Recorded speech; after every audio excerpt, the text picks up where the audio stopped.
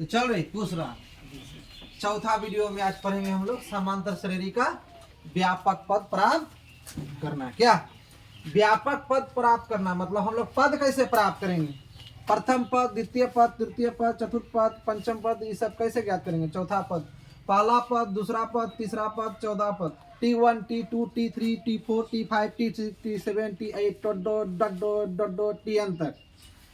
Tn का क्या हो गया, एनवा पद तक कैसे ज्ञात करेंगे। तो थ्योरम नंबर 1 पढ़ते हैं, एपी का theorem number 1।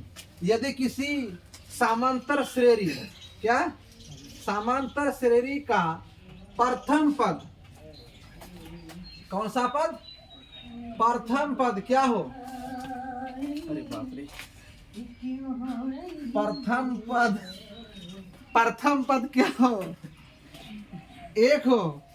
1 minute रुकिएगा, 1 minute रुकिएगा, 1 minute, हमारा क्लास चलता है 1-2 मिनट, ठीक। तथा इसका सार्वंतर डी हो, क्या हो, डी हो। तो सिद्ध करना है कि इसका यनुआ पद क्या होगा, क्या होगा, यनुआ पद क्या होगा। तो यनुआ पद निकालने, टीएन निकालने के लिए क्या होगा, तो हम लोग प्रमाण करते हैं, प्रमाण लेते हैं। दी गई श्रेणी का प्रथम पद ए तथा सार्वंतर क्या लेते हैं, डी। अरे ए और डी होगा तभी ना सार्वंतर में ई होगा, एपी में होगा। और एपी ना होगा तो कैसे होगा, क्या। तो एपी में करने के लिए हम लोग इसको प्रमाण करते हैं। अतः दी गई समांतर श्रेणी इस प्रकार लिखा जा सकता है, क्या किया जा सकता है, लिखा जा सकता है। ए प्लस डी, ए प्लस 2D, ए प्लस 3D, ए प्लस 4D डॉट समझता है ना रे, कहाँ तक, अनंत तक, यनुआ पद तक, मतलब वो मालूम नहीं है। पहला पद के लिए हम लोग T1 बराबर ए अर्थात 1 - 1D, तो ये हो जाएगा ए प्लस डी के लिए। अब इसमें भी ए प्लस डी के लिए ये हो जाएगा, ठीक है। और ये T2 बराबर दूसरा पद क्या आ जाएगा, T2, किससे सूचित करेंगे इस पर, T2। इसका सूत्र हो जाएगा ए प्लस डी बराबर ए प्लस 2 - 1 इंटू डी। अगर 2 में से 1 चला जाएगा तो 1 बचेगा, और डी को 1 से गुना करोगे तो क्या जाएगा, डी। ये 2 है, ये 2 जिसको है विस्तार किए हैं, इसी को यहाँ क्या किए हैं, विस्तार समझते हैं, उसको खुले हैं क्या।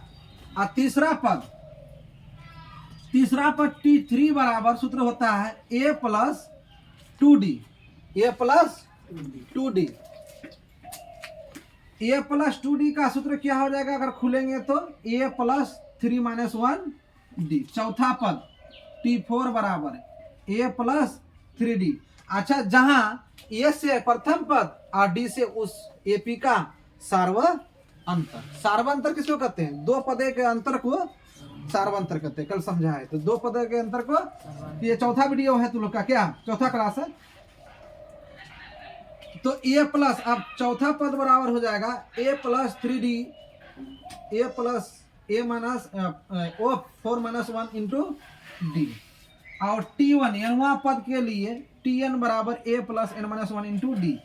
या अतः इसको प्रूव करने के लिए अब लास्ट में हम लोग आ गए, Tn बराबर ए प्लस n - 1 इंटू डी, या an, इसी को an भी लिखा जाता है। क्या लिखा जाता है, an भी, क्योंकि हम लोग ए से भी तो पद गिनती किए हैं, A1, A2, A3, A4, A5, तो an में भी कर सकते हैं। an बराबर ए प्लस n - 1 इंटू डी, यही प्रमाणित करना था हम लोग को पद ज्ञात करने के लिए। पद का यह सूत्र हुआ एनवा पद तक, कितना तक, एनवा पद तक। एन से पदों की संख्या और एन से पदों की मान, ठीक है। तो पदों की संख्या और किस पद पर कितना मान होगा, यही तो सूत्र लगाएंगे हम लोग, समझ में आया। तो फिर से एक बार समझ लेते हैं। प्रथम पद के लिए सूत्र क्या हो जाएगा, ए। द्वितीय पद के लिए क्या आ जाएगा, ए प्लस 2D। और तीसरा पद के लिए क्या आ जाएगा, ए प्लस 2D। और तीसरा पद के लिए चौथा पद के लिए ए प्लस 3D। और पांचवा पद के लिए क्या आ जाएगा, T5 बराबर क्या हो जाएगा, ए प्लस 4D। और T6 बराबर क्या हो जाएगा, ए प्लस 5D। और T7 बराबर क्या हो जाएगा A प्लस 6D। इस प्रकार से हम लोग अनंत टर्म तक याद करते रहे, अनंत पदों तक चलते रहेंगे। अनंत पद के लिए यही सूत्र हुआ क्या। तो हम लोग क्या पढ़े, परिमेय नंबर 1 पढ़े, जिसमें एनवा पद तक पदों की संख्या ज्ञात करने के लिए सीखे। क्या समझ में आया? अगर समझ में आ गया तो उतारना चालू करो, उतार लो बढ़िया सब। तो हम लोग एपी का पहला पद T1 से सूचित करते हैं, दूसरा पद T2 से सूचित करते हैं, तीसरा पद T3 से, चौथा पद T4 से करते हैं, पांचवा पद T5, छठा पद T6, सातवां पद T7, आठवां पद नौवां। वाह, बहुत अच्छा विद्यार्थी है तुम लोग। जब बहुत अच्छा विद्यार्थी है तो जो मेरा वीडियो देखेगा तो क्या करे,